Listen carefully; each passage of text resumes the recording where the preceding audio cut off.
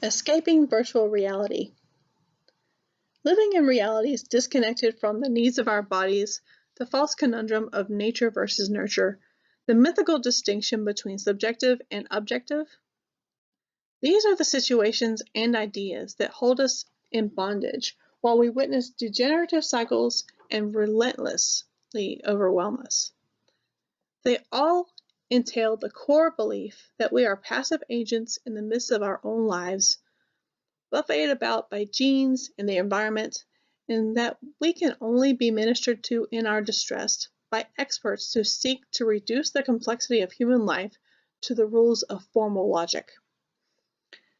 It is this very belief in our helplessness in a deterministic universe which dooms us to degeneration. The truth is that the complexities of human consciousness open up choices so vast that they positively terrify us. Something in us senses that the more choices we entertain, the more ways we will encounter to mess things up. And this introduces an extremely conservative constraint on our willingness to change. This uneasiness has become so collectively powerful that we would eventually prefer to adopt a belief in our powerlessness than face the burden of the responsibility of choice. The accumulative momentum of our physical patterns, our knee-jerk reactions, and our habits of mind do tend to take on automatic responsiveness that is powerful enough to effectively reinforce this belief.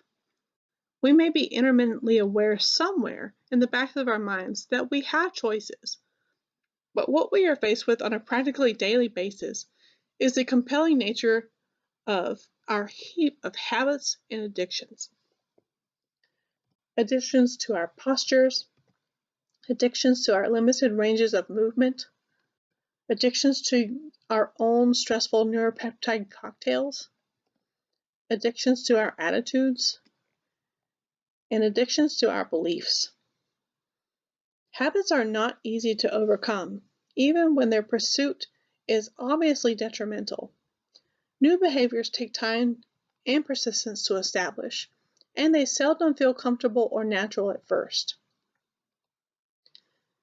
You have to behave in a reality before you can perceive in that reality, for personal change, for pattern change, for template change.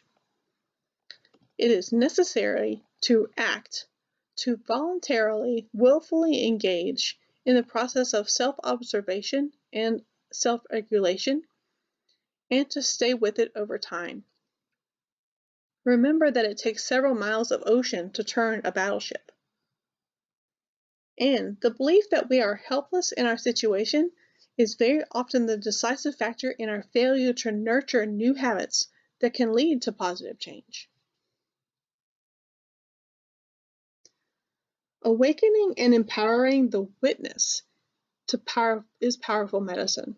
The ability of the human will to initiate a new step in a new direction is our tiny lever of freedom. And once that lever is actively utilized, it opens up vast extensions of consciousness and altogether new physical possibilities. The path to enlightenment is within an organism that is following with unimpeded information the way it was designed to do. And nature's most profound possibility for us is the ability to act so as to enhance that flow.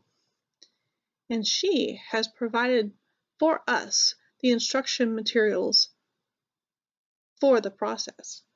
Our bodies, our feelings, and a mind that can genuinely listen to them. If we learn to listen, we can be free. Here's a thought exercise. Now it's time to start learning to make those connections. Take a moment and think about certain emotional experiences you have that elicit a physical sensation in your life. Where in your body do you physically feel it when you are stressed? Where in your body do you physically feel it when you are nervous? Where in your body do you physically feel it when you are in love? What other emotions do you experience that result in feeling physical sensations in your body? Write as many of these down in your notebook as you can.